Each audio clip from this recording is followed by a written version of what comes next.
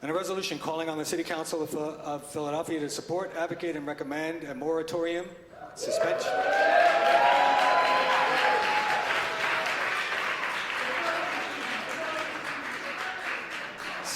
of action for the School District of Philadelphia's facilities master plan recommendations concerning grade changes, school closures, program co-locations, and program mergers relocations.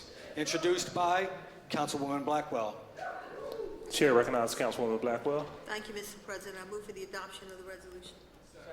Been moved and properly second. All those in favor? Aye. Those opposed? No, I'd like to speak on that. I have my mic on. I'm sorry. Councilwoman Sanchez. Is it appropriate to speak, or you want to Yeah, continue? Councilwoman, because I missed the light. Please. I agree that there are many unanswered questions regarding Dr. Height and the SRC's plans. We asked the SRC and Dr. Height to make very tough decisions. This year alone, they borrowed $300 million to pay their bills. I am prepared to discuss additional funding in a responsible way and then ask for a moratorium. We cannot act like Congress and say that we are going to kick the bucket and not deal with our fiscal cliff. Dr. Height and the SRC have to respond to every single issue and legitimate questions that our parents have put forth to them. How were the decisions made? Do they make sense? What is the public safety plan? But let's remember, over 100,000 kids get on some sort of public transportation because their parents are making a choice about where they go to school.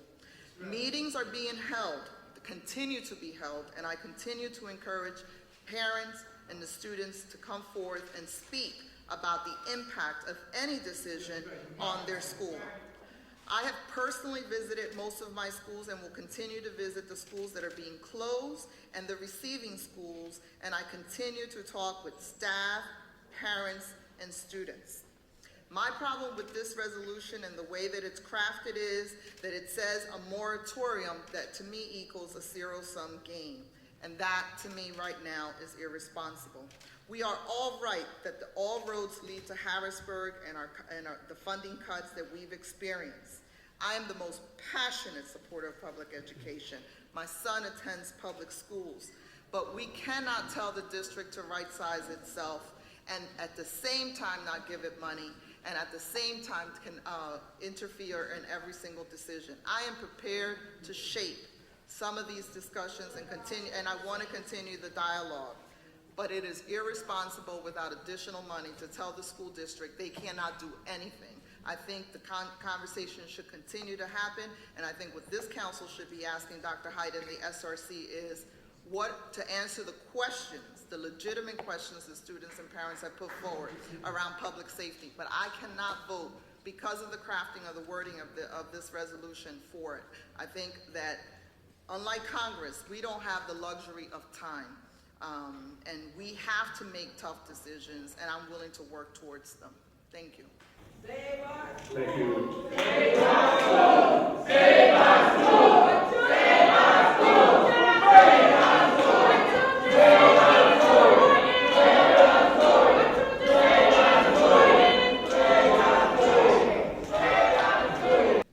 I know half as much as my colleagues on education, such as Councilwoman Blackwell, Councilwoman Sanchez, Councilwoman Brown. They've spent a considerable amount of time on the Education Committee delving into this. But what I do know is that we cannot make whole decisions on half information. What? And there's so many questions that have come out, and I've taken the time to talk to my colleagues, talk to Dr. Height, talk to members of the SRC, talk to educators, talk to parents, talk to students, all of whom are going to be impacted by this. This decision is probably the most important decision we will make for the next 10 years when it comes to the future of this city. Not just our kids, but this city. So I applaud Councilwoman Blackwell for pushing the pause button so that we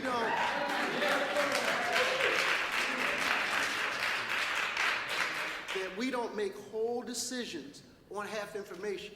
I mentioned in this chamber about a guy named Ray Ray. Well, I met him on the schoolyard of Beaver Junior High School in an overcrowded situation that caused all kinds of public safety issues. When it comes to our kids, we can ill afford for kids who really, some of whom don't want to go to school anyway, for them to have to take a march into danger without us as adults, as us as elected officials, as us as parents, weighing in on this to make sure every aspect of their safety, their transportation, is dealt with before we send them into a situation.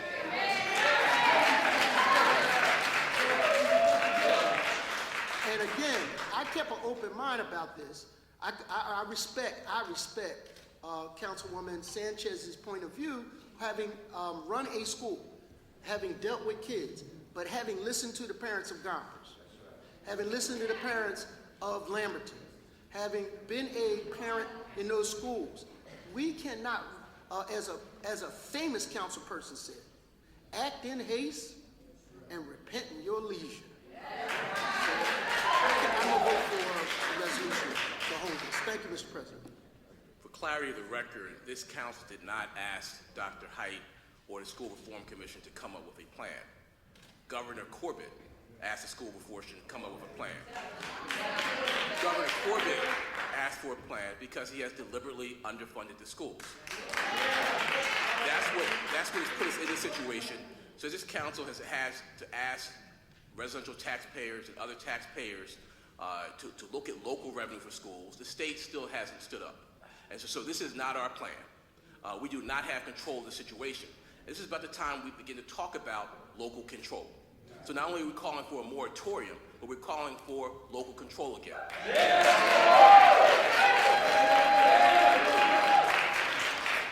That's what the majority of this council is saying, and that's what the citizens are saying, and that's what the taxpayers are saying.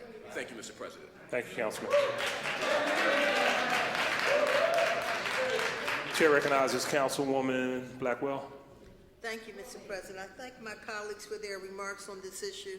And we know, sure, there are many issues. We have schools in Councilman Johnson's area in Southwest where they want to relocate young people to University City. What sense does that make? We have one school in my area. We built brand new housing, PHA, Mantua Square. The school to service them right across the street, McMichael School, they want to close. We're talking about not only turf areas, not only transportation, we're talking about a plan that should be thought out with the community involved in those discussions, not being told afterwards and saying that's community inclusion. Certainly,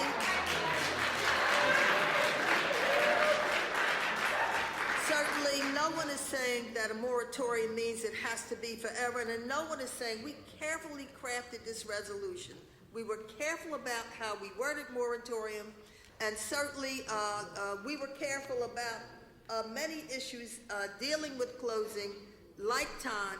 We've learned that studies show that if there's a notice for schools to close, that year the scores go down. When they move to the next school, this first year, the new school scores go down. The second year scores go back to where they were before changes occur. So we believe, and we were very careful because we did not even say that all 37 schools wouldn't close. I've been to many, many meetings and had many, many discussions on this. In Southwest, they have 23 organizations in the area who have come together on this. And what all groups are saying, in every meeting I've been to, they're not saying that some schools shouldn't close, but not 37 schools should close. So I think that the students, it's ironic that in all the meetings, the largest group of people who protest are students, which is very, very sad. Second is parents, and third are teachers. Teachers have even come forward and stood up for their schools, their students, and their environment. So we're not saying we're not willing to talk about it.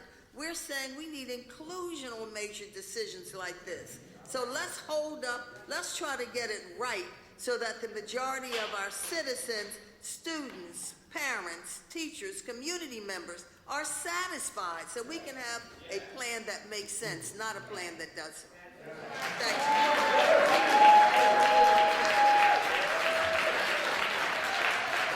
Thank you. Thank you, Councilwoman. Chair recognizes Councilwoman Bass. Next year, come January of 2014, will we be here asking the exact same questions and trying to figure out, which young people should now go to a different school? There are turf battles. There are various issues. In my district, I know that there are a number of issues that I'm greatly concerned about. I think we need to be much more thoughtful about the distance that we're asking some of our young people to go, particularly elementary school students. I want to just take a second and recognize that Jerry Jordan is here from the PFT, and that he actually was in the, I think it was the Philadelphia Tribune, where he actually walked the distance from one of the closed schools to two of the schools that those students would then be transferred to, and the distance and the time, and we're talking about elementary school students. I know in my district, the idea of closing the Pierce School at 23rd and Cambria, and then having those students walk to Rhodes at 29th and Clearfield is quite a distance. And so we've all seen very small, very young children walking to school in the mornings by themselves. And it makes me want to cringe when I see a young person, their backpack is sometimes bigger than they are, walking themselves quite a distance to school. It's very troubling. I think we need to think about that. I think we need to think about some of the turf battles, which are real, which should not be minimized. And I don't think any one of us thinks that we want to keep all of these schools open. Some of these schools will have to close. It's just a fact. But let's just slow down for one moment. Take our time and do it right the first time so that we're not at this place again in the future. Thank you, Mr. President. Thank you, Councilwoman. Thank you. Chair recognizes Councilman Green. Thank you, Mr. President. I feel like at the entrance to council today, there must have been a reality distortion field, and we've all walked through it to be in this chamber today. I cannot understand how we are forgetting the fact that there are 70,000 empty seats in the Philadelphia public schools. To create a moratorium for another year will cost the school district $25 million that they do not have and we have not provided. I'll wait, Mr. President. Well, please, let the council member speak, please. The fact of the matter is, there are not additional resources. The school district has to take tough decisions, and last year at this time, the Public School Notebook published a list of many of these same schools that were potential for closing. This body, as part of our negotiations with the school district in the context of providing additional resources, asked the district not to act last year on school closings in the context of having to raise taxes and do all the other things that we had to do. And so there has been a one-year moratorium, and now is the time for the district to act. Thank you, Mr. President. And then, of course, through all the upheaval around the superintendent and the change, everything was put on hold, and we heard nothing else. And then when Dr. Haidt came in, I mean, certainly he walked into a hornet's nest. It's not of his making. But we got this study of these schools. And so we in the Northwest, in my era, asking, how did you make the decision? How did you come to the determination which schools would be closed? So we're asking for the data. We've attended the community meetings, and we want to know who did the study. How did they determine which schools should be closed? And our parents and students have been very vocal about their school, and certainly we're not losing a lot of schools in my district. However, we're getting children from schools from Pulaski Avenue coming up to Cheltenham. So how do you come to a decision to take fifth graders, fourth graders, and transport them to Sedgwick Thoron Avenue? It just doesn't make sense. So I think that we are working with Enon and Reverend Waller and our community to look at the data to see how they came to the determination of which schools to close. And I think there's a March deadline, and what these parents are saying That's not a lot of time to get all of this together. So I think that, I don't know what the timeline is, but certainly we can't get it all done by March. Thank you. Thank you, Councilwoman. Chair recognizes Councilman Jones. Again, Mr. President, I recognize the sincere comments of my colleagues who have spent a lot of time on this issue, care greatly about the future of our young people. I do not doubt their motivations, not one bit, and I want to say that for the record. However, the reality check is something that we've also heard in these chambers. The reality is if an urban young man, I remember this from Wilson Goods, Councilman Goods' inquiries, does not read up to standard by the 4th grade, we know how many prison cells to build by the time they're 18. We know that violence, the bean counters of the world can draw maps. But if you don't know the difference between Parkside and Parkway, you don't know crossing those two can cause a public safety hazard. You are putting our children in danger. And I'm saying to you that these things can be dealt with, but I need to hear how they're dealt with. You know, it's like build it, they shall come. But don't say go and we'll figure it out. You're not going to do that to our kids. So I would urge us to move cautiously. The realities of the budget are true.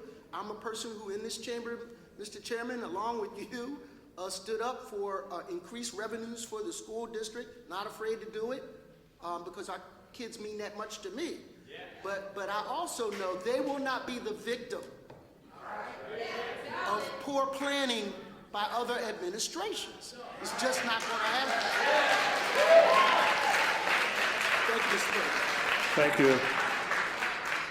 Chair again recognizes Councilwoman Blackwell. Thank you, Mr. President. I too want to thank Jerry Jordan for his leadership. All the pre-cap groups, all of them, from Philly Fight and Gemmel to SEIU, to everyone who's been involved. And certainly we want to reiterate that on February 12th, Lincoln Day, we will have hearings in here at 11 o'clock dealing with this issue, school closures. And we hope that all those who can and who have an opinion will come forward so that we may have a full airing of this whole school closure and all that involves issue. Thank you, Councilwoman. Chair recognizes Councilwoman Sanchez. Again, I want to reiterate the fact that we all agree that we want to be responsible, that they need to be thoughtful, that there are questions that are unanswered, that there is going to have to be an investment by the city around public safety around these issues. What I cannot say is an absolute no. Every one of my colleagues has mentioned the fact that they know that some schools will have to close. And I agree, we need to shape the criteria by which that happens. But I don't want to give anybody the false impression. When you say moratorium, you say totally stop. And we need to move some tough decisions so that we can go back to basics, which is what Mr. Jordan talks about every single time he testifies here. We need nurses. We need gym. We need a healthy lunch. We need reading specialists. We need all of those things. And if we're going to be able to go to provide those back to basics in all those schools, the conversation is how do we create the highest number of high achievement seats all over the district, in every neighborhood, and every part of the city. We cannot get there if every single time we need to make tough decisions, we say no. I agree. We need to pause. Every one of the folks involved need to sit down and we need to look at every single decision. I do not agree with all the 37 closures. I will not pretend to know the ones that are not in my district. But what I do know is that this is an opportunity. This is the perfect storm for us to deal with the full funding of public education. We need to go to Harrisburg, but then we also need to have a reality check that this council has done heavy lifting.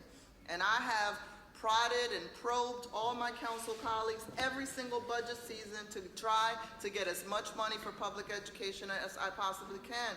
But we need to be responsible. And so I think all of the parents have legitimate concerns, and I think all of us in council who have a voice, and this council should provide some leadership and shape this. But we can't tell the district, no, don't do nothing.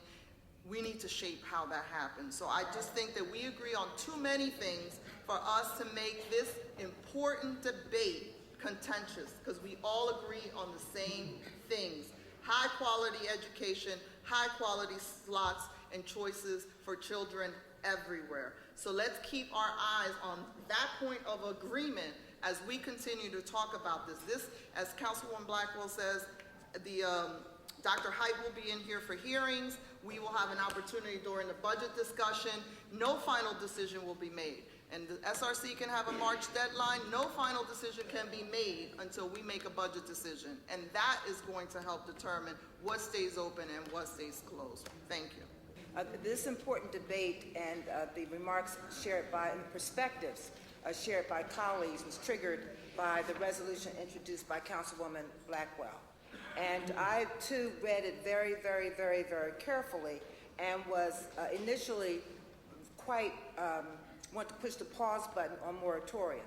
And further speaking with Councilwoman Blackwell, we all agree, and it says in here, that we do not oppose the closing of some schools.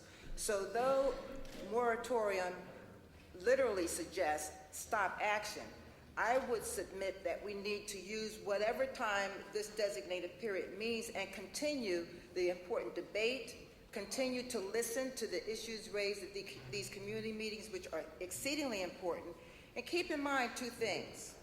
We've raised taxes consecutively for the last 3 years. And that's a problem. Councilman Good has made it clear that the inaction, non-action, and some would say benign action in Harrisburg has forced us to do that. The other fact is there's 70,000 fewer seats in our Philadelphia public schools. So given those facts and given the healthy, heated debate that is going on in the trench level with our schools and parents who care, I would ask that we use this period, working with the school district, and figuring out what that ultimate number should be. So in talking with Councilwoman Blackwell, I feel better now about supporting the resolution, because again, I was on the other side. As long as we understand that the debate, the conversation, the discussion, the listening to be responsible does not end. Or else we will end up back here next year debating the same issues again, Mr. President. Thank you, Councilwoman. Chair recognizes Councilman Good. I'm sorry, Councilman Green. Thank you, Mr. President. I want to echo the words of my colleague, Maria Quinones-Sanchez, who spoke passionately about what the dollars that would be saved from closing some schools would be used for. Maybe art instruction, maybe music instruction, other things like that. They are projected to save $25 million a year. This problem, this entire issue, is created by a simple thing. It is created because when the School Reform Commission was created, they decided to make Philadelphia one of the nation's experiments in charter schools. State law allows charters to open. 10 years ago, the Philadelphia public school students were about 200,000 in Philadelphia public schools. Today, it's about 145 with 55,000 in charter schools. And in 10 years, it'll be closer to 100,000 in charter schools and $100,000 in our public schools. In that context, the School Reform Commission, not just this year, but every year, has a plan that they have stated publicly to close down schools and bad seats for the forthcoming foreseeable future, and that will be true as long as state law allows charter schools, and there are many great charter schools, and I support them. But that will be true as long as that is the case. And so this is something that we will be discussing every year, And I think it's time for us to understand that it is time for the school district to start acting to right-size itself, given the realities that it will continue to lose students to charters for the foreseeable future. Thank you. Thank you, Councilman. Chair recognizes Councilman Good. Thank you, Mr. President. Every year we end up in the same trap. We are not deciding today how many schools should close or which schools should close. That decision is not up to us. That decision is up to the School Reform Commission, which is controlled by Governor Corbett. We should be reminded of two things. I do have a very good memory. One, the beginning of Governor Corbett's administration, he appointed Education Secretary who stated very quickly, money doesn't matter. One of the most ridiculous statements that could be made. There are people at the school district who came in here last year who said, if you don't give us X amount of money, the schools won't even open in September. So it's time to stop playing games. Point your finger where it should be pointed. It should be pointed at Governor Corbett and his School Reform Commission.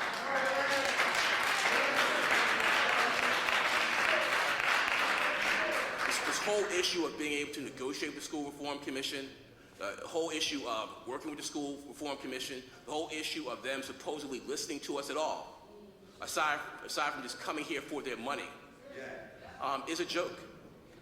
I mean, so this is what we have to do. You have to take a stand at some point and say, we want local control. Yes, we stand for a moratorium. And realize that it's a symbolic stance. We're not passing a law here today. We're passing a resolution that simply says, this is the intent of council. This is the intent of council because you left us out of the decision of how many schools and which schools, and we should not be left out of that decision. Thank you, Mr. President. Thank you, Councilman. Chair recognizes Councilwoman Bass. Thank you, Mr. President. I just want to echo Councilman Good here because one of the things that I think we really need to focus on a little bit more is that this is a financial decision, and we get it. We understand, and we want to be responsible. And so in making a financial decision, we want to also underscore that, I feel like we're getting somewhat of a sales pitch. The parents and the students are getting this pitch from the district that this is in your best interest. And so my question then is, if this is in the best interest of parents and students across Philadelphia, then what sort of baseline increase in results are we going to see? Is there some sort of guarantee? What kind of test scores are we going to see in terms of increases? What kind of new services are we going to see? I don't believe that that's been laid out, but there is this continuous pitch that this is in your best interest, and I don't believe anyone is buying that. Thank you, Councilwoman. Chair recognizes Councilwoman Blackwell. Mr. President, last thing I'll say on the issue is, I hope that citizens around the city will not buy into, when all else fails, then let's fight one another. Let's have charter schools fight traditional public schools, and then we can talk about Renaissance academies and promise academies. Let's not get into that fight and have students and schools fighting one another. We didn't create this model. They created it at the state level.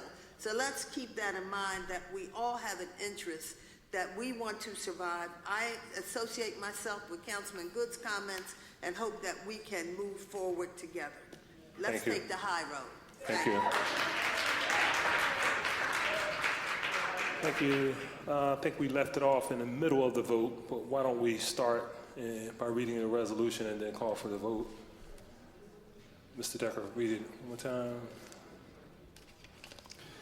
A resolution calling on the City Council of Philadelphia to support, advocate, and recommend a moratorium, suspension of action, for the School District of Philadelphia's facilities master plan recommendations concerning grade changes, school closures, program co-locations, and program mergers, relocations. And recognize Councilwoman Blackwell for a motion. Thank you, President. I move for the adoption of the resolution. And been moved and probably second. All those in favor? Aye. Those opposed? Is there a call for roll call? Roll call, Mr. Decker. Councilwoman Bass? Councilwoman Blackwell? Councilman Good? Councilman Green? No. Councilman Greenlee? Councilman Heenan? Councilman Johnson? Councilman Jones? Councilman Kenny? Councilman O'Brien is voting aye. Councilman O'Neill? Councilman O? Councilwoman Coronel Sanchez? Councilwoman Reynolds Brown? Councilman Squilla? Councilwoman Tasco? Council President Clark? Aye.